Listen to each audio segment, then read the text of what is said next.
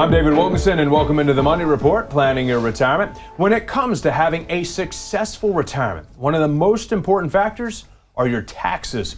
Joining me now is Jacksonville's retirement coach, Adam Wolf. Adam is an area certified financial planner with 20 years of financial services experience. His firm, Wolf Retirement Navigation, focuses on helping people build smarter plans for a successful retirement. So, Adam, when it comes to retirement, just how big a deal are taxes? Federal taxes are the number one expense in retirement for the majority of folks out there. So anything we can do, whether it's this year or in the future years, to reduce that overall tax exposure is the key. If we reduce that overall tax exposure, does that potentially help us put more money in our pockets? Yes, and in addition to that, if you are working with another financial advisor or you have a plan in place, a lot of times they don't talk to the tax plan. The financial and tax don't talk. You want to incorporate those two things together to make sure you keep more money in your pockets over time. And how important is it for this tax strategy to be efficient? It's extremely important because you want to have the least amount of taxes